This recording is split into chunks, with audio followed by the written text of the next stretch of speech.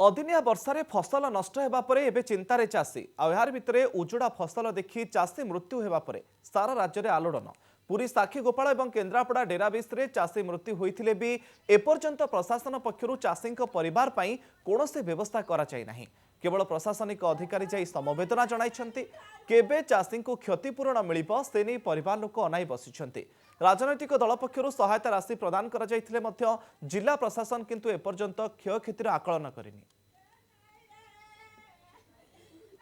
अदिनिया वर्षारे फसल नष्ट हेबा परे एबे पूरा चाषीकूल चिंतार पड़िछन्ति। किए बैंक ऋण आनिथिले, किए धार करज करिछन्ति, किए पत्नीकर सुना बंधा रखी टंका आनी चाष करथिले। चाष भल भी होइथिला किंतु अमल समय अदिनिया वर्षा चाषींकर मेरुदंड भांगी देइछि एवं केमिति ऋण सुझिबो, परिवार केमिति चलिबो ताकु नै कि चाषी चिंतार पड़िथिबा बेले चाषी मृत्युर खबर मध्य सामना को आसीछि।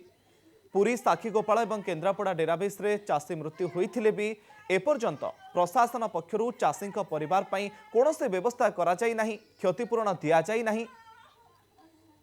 एपर्यंत क्षयक्षतिर आकलन मध्य करा जाय नथिबा जहा अभियोग मध्य सामना को आसुछि। ए संपर्क में अधिक सूचना देवा पई केन्द्रापड़ारु आम प्रतिनिधि संतोष पंडा आम सहित जोड़ी होउछन्ति। संतोष, अदिनिया वर्षा जो भली चाषींकर अंटा भांगीदेला एवं जड़े चाषींकर मृत्युर खबर मध्य सामना को आसिला, प्रशासन पक्षरु कौन व्यवस्था जे क्षयक्षति केबे आकलन करा जिवो, केबे क्षतिपूरण मिलिबो एवं चाषींक परिवार पक्षरु कौन अभियोग करा जाउछि?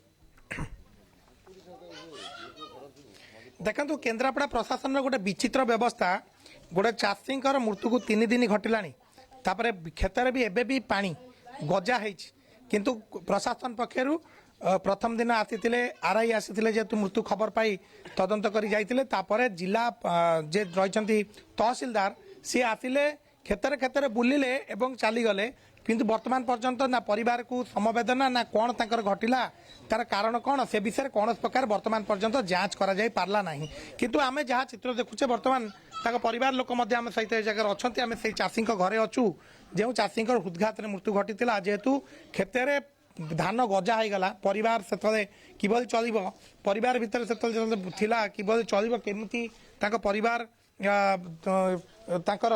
दुख मेटाइब चिंता कला समय एभली एक घटना निश्चित भाव में प्रशासनिक अवहेला समस्त को निश्चित भाव में दुख दौर। आपण घर को एबे भी कहो आपण मन रू जाइनी आम देखुचे जे किभली भाव में जे वृद्ध बापा रही पुओ तो निश्चित भाव में निज दुखद घटना किसी प्रशासनिक सहयोग किसी आसिलानी कि आसिले कि आसिक आप साहाय्य सहयोग कले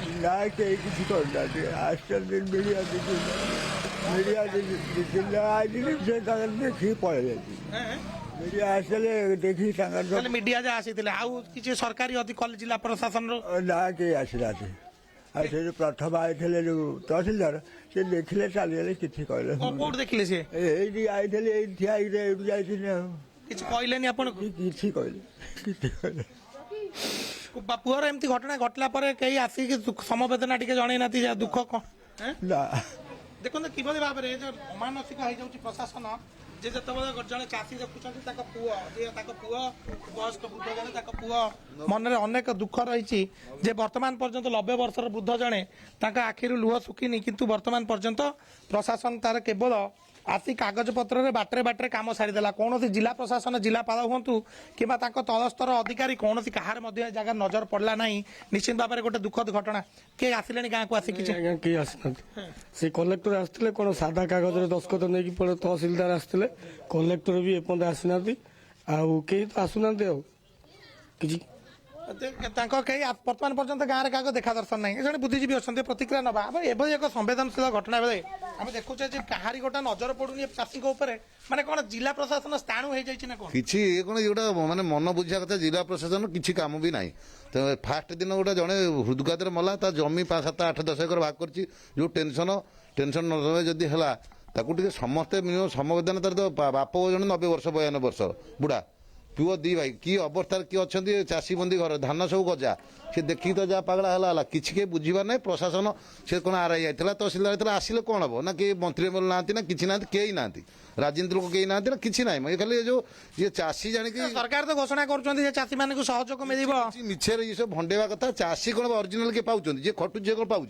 जे से पाइबे कौन कि पाइबे खाली मन बुझा कथा हे कलेक्टर किए कहते रेड क्रॉस दब जी भी दवा दवा कथा एपर्यंत समवेदना ना कि ना छुआ 3टा तार झील गोटा बाहर ଗାଁ ସାହି ଭାଇ ସମସ୍ତେ ମନ ଦୁଃଖ ସମସ୍ତେ ମାନେ ଗୋଟେ ସାହି ମାନେ ଖାଇବା ପିଇବା ବନ୍ଦ ମାନେ ଘରେ ବି ଚୁଲି ଚାଳ ନାହିଁ ମାନେ ଅବସ୍ଥା ହେଉଛି ଏହା କିନ୍ତୁ ବୁଝିବ କିଏ କେହି ବୁଝିବାର ନାହିଁ ଏ ଯେଉଁ ଆଉ ଗୋଟେ ବ୍ରହ୍ମପୁରରେ କ'ଣ ଶୁଣାହେଉଛି ବ୍ରହ୍ମପୁର ହେଇଥିଲା ସେଠି କୁଆଡ଼େ ନେତା ମନ୍ତ୍ରୀ ପ୍ରବଳ ସେଠି ସେ କାରଣ ବ୍ରହ୍ମପୁର ନେତା ଏରିଆ ଏଠି କେନ୍ଦ୍ରାପଡ଼ାରେ ତ କେହି ନେତା ନାହାନ୍ତି ନା ନେତା କେହି ବୁଝିବାର ନାହିଁ ତେଣୁ ଅବସ୍ଥା ଏଇଆ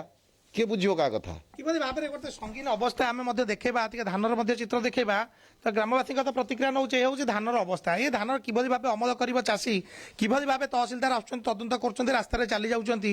ନା କ୍ଷେତକୁ ଯାଉଛନ୍ତି ଧାନ ତ ଗଜା ତ ହେଲାଣି ତାପରେ ସେ ଯେଭଳି ଭାବରେ ହେଇଛି ଇଏ ତାଙ୍କ ଗାଁ ଯାକ ଆମେ ଯାହା ପରିସ୍ଥିତି ଦେଖୁଛୁ ସେମାନେ କଷ୍ଟ କରି ଚେଷ୍ଟା କରୁଛନ୍ତି କିଛି ଧାନ ଅମଳ କରିବା ପାଇଁ କିନ୍ତୁ ଏ ଧାନ ଆଉ ଅମଳ ହେବା ସକ୍ଷମ ନୁହଁ ଏକରେ ତ ଗଜା ହେଇଯାଇଛି ତା ଛଡ଼ା ଏଇ ଯେଉଁ ପାଉଁଶ ଇଏକୁ ମଧ୍ୟ କୁଟାକୁ ଦେଖିଲେ ମଧ୍ୟ କିଭଳି ଭାବେ ହେଇଯାଇଛି ଅବସ୍ଥା ଛଣର ଅବସ୍ଥା ମଧ୍ୟ ଯାହା ଦେଖିବା ତେବେ କିଭଳି ଭାବେ ଚାଷୀ ଯେତେବେଳେ ମେରୁଦଣ୍ଡ ଭାଙ୍ଗି ଯାଉଛି ଜିଲ୍ଲା ପ୍ରଶାସନ ଏ ଜାଗାରେ ତଦନ୍ତ କରି ରିପୋର୍ଟ ଦେଇ ତୁରନ୍ତ କିଭଳି ଭାବେ ଲୋକମାନଙ୍କୁ ସହଯୋଗ ପହଞ୍ଚାଇବା କଥା କିନ୍ତୁ ବର୍ତ୍ତମାନ କେବଳ ତାଙ୍କ ଯାହା ଅଭିଯୋଗ ରହୁଛି ଯେ ତହସିଲଦାର ଆସିଥିଲେ ତା କ୍ଷେତରୁ ସାଦା କାଗଜରେ ଦସ୍ତଖତ ନେଇ ଚାଲିଗଲେ କିନ୍ତୁ ତାଙ୍କ କୌଣସି ପ୍ରକାର ତାଙ୍କ ଦୁଃଖ ବୁଝିଲେ ନାହିଁ ପୁଣି ଆଉ ଥରେ ସେ ମଉସାଙ୍କ ପ୍ରତିକ୍ରିୟା ନେବା ପାଇଁ ଆପଣଙ୍କ ଟିକେ ଆସିବେ ଯୋଉ ବର୍ତ୍ତମାନ ଏ ଯୋଉ ଏଭଳି ଅବସ୍ଥା କେମିତି ହେଇଛି ବିଲର ଅବସ୍ଥା ଏମିତି ବିଲରେ ପୁରା ଯାଇ ହଉନି ଦେଖନ୍ତୁ ଅବସ୍ଥା ଗୋଡ଼ ପଶିକି ଆଣ୍ଠିଏ କାଦୁଅରେ ନେଇକି ଆସୁଛୁ ଧାନ ସବୁ ଗଜା ହେଇଯାଇଛି ଆଉ ଭଲ ନାହିଁ ତ ଗୋଚା କରି ଆଣି ରାସ୍ତାରେ ପକେଇବା ଛଡ଼ା ଏ ଧାନ ବି ଆଉ ଅମଳ ହେଇପାରିବନି ଚାଉଳ ବି ବାହାରିବନି ଆଜ୍ଞା ଖାଲି କୁଟା ଛଡ଼ା ତା ଛଡ଼ା କିଛି ହେଇପାରିବନି ଧାନ ଚାଉଳ ବି ବାହାରିବନି ଚାଷ କରିଛୁ ଆଜ୍ଞା କ'ଣ କରିବୁ ବିଲକୁ ଯିବାକୁ ପଡ଼ିବ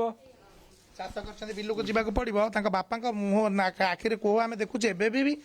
ବି ମନରେ ତାଙ୍କର ଇଏ କିନ୍ତୁ ସମବେଦନା ଟିକେ ଜଣେଇବା ପାଇଁ ନା କୌଣସି ପ୍ରଶାସନିକ ଅଧିକାରୀ ନା କୌଣସି ରାଜନେତାଙ୍କର ଗାଁରେ ପାଦ ପଡ଼ୁନି ତେଣୁ ଗୋଟେ ବିଚିତ୍ର ବ୍ୟବସ୍ଥା ଜଣେ ଚାଷୀଙ୍କର ହୃଦଘାତରେ ମୃତ୍ୟୁ ଘଟୁଛି କାହାରି ନଜର ଟିକେ ପଡ଼ୁନି ଯେ କିଭଳି ଭାବରେ ଗୋଟେ ଚାଷୀକି କିଭଳି ସମବେଦନା ଜଣାଯିବ ସହଯୋଗ କରାଯିବ ତାର ଦୁଃଖ ଛିଡ଼ା ହେବା କେବଳ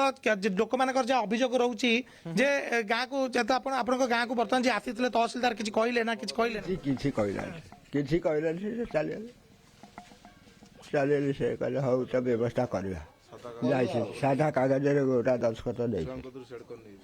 ବ୍ୟବସ୍ଥା କରିବା ତ ଆପଣ ଟିକେ ଭାଇ କ'ଣ କହୁଥିଲେ ଯେ କ'ଣ ବର୍ତ୍ତମାନ କ'ଣ ଯୋଉ କିଏ ଆସିଥିଲେ କ'ଣ ହେଲା କହିଲେ ଘଟଣା ଫାଷ୍ଟ ତହସିଲଦାର ଆସିଥିଲେ ରିପୋର୍ଟ ନେଇକି ଗଲେ ତାପରେ ଫାଷ୍ଟ ଆର୍ଆଇ ଆସିଥିଲେ ରିପୋର୍ଟ ନେଇ ଗଲେ ତାପରେ କାଲି ଗତକାଲି ତହସିଲଦାର ଆସିଥିଲେ ପିଲା ସେ ବିଲକୁ ଡାଇରେକ୍ଟ ପଳାଇଥିଲେ ତାପରେ ପିଲା ପଛେ ପଛେ ଗଲେ ପିଲା ଯିବା ପରେ ଛୋଟ ପିଲା ସବୁ ଯାଇଥିଲେ କେହି ନଥିଲେ ବି ଘରେ 3 ଦିନିଆ ଖବର ଖାଇବା ସବୁ ଯାଇଥିଲେ ଛୋଟ ପିଲା ଯାଇଥିଲେ ତାଙ୍କ ହାତରୁ ସାଦା କାଗଜରେ ଦସ୍ତଖତ କରିକି ନେଇଯାନ୍ତି ସିଆଡ଼େ କହିଲେ ଆମେ ସିଆଡ଼େ ଲେଖିଦେବୁ କ'ଣ ଲେଖିବେ କିଛି ଲେଖିନଥିଲେ ସାଦା କାଗଜ ପ୍ଲେନ୍ କାଗଜ ବିଚିତ୍ର ବ୍ୟବସ୍ଥା ନିଶ୍ଚିତ ଭାବରେ ତହସିଲଦାରଙ୍କୁ ଯେତେବେଳେ ତଦନ୍ତ ରିପୋର୍ଟ ଦେଉଛନ୍ତି ସରକାର ତଦନ୍ତ କରିବା ପାଇଁ ତହସିଲଦାର ଆସିଲେ ସାଦା କାଗଜରେ ଗୋଟେ ଦସ୍ତଖତ ମାରି ନେଇ ଚାଲିଗଲେ କାରଣ ପରିବାର ଯେତେ ଦୁଃଖ କଷ୍ଟରେ ରହିଲେ ମଧ୍ୟ ଚାଷୀ ପାଖରେ